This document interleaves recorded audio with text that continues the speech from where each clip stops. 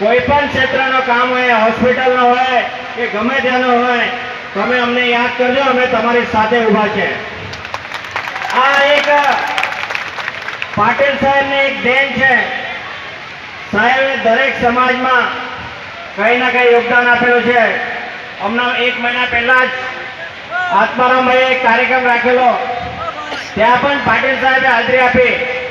આજે આ કાર્યક્રમમાં પણ આવવાના હતા, પણ આપણા લોકલાડીલા મુખ્યમંત્રી, ગુજરાતના પ્રથમ મહિલા મુખ્યમંત્રી એ આવેલા હોવાથી અને ઘણા બધા કાર્યક્રમો હોવાથી એ આપણે આ કાર્યક્રમમાં આવી શક્યા નથી, પણ એમનો શુભેચ્છા સંદેશ આપણી સાથે છે.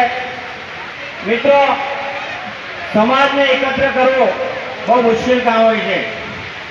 જે સમાજના આગેવાનો સમાજને સંગઠિત કરવા માટે નીકળ્યા છે, એના માટે તમે પણ એમને સપોર્ટ કરજો. સમાજમાં થોડા ઘણા લોકો હોય છે કે સમાજ આગળ નહીં જાય એ માટે બી પ્રયત્ન કરતા હોય છે, પણ એને ગણકારતા નહીં. જે સમાજનું સારું કામ કરે, સારું નેતૃત્વ કરે, એની પાછળ તમે ઊભા રહેજો.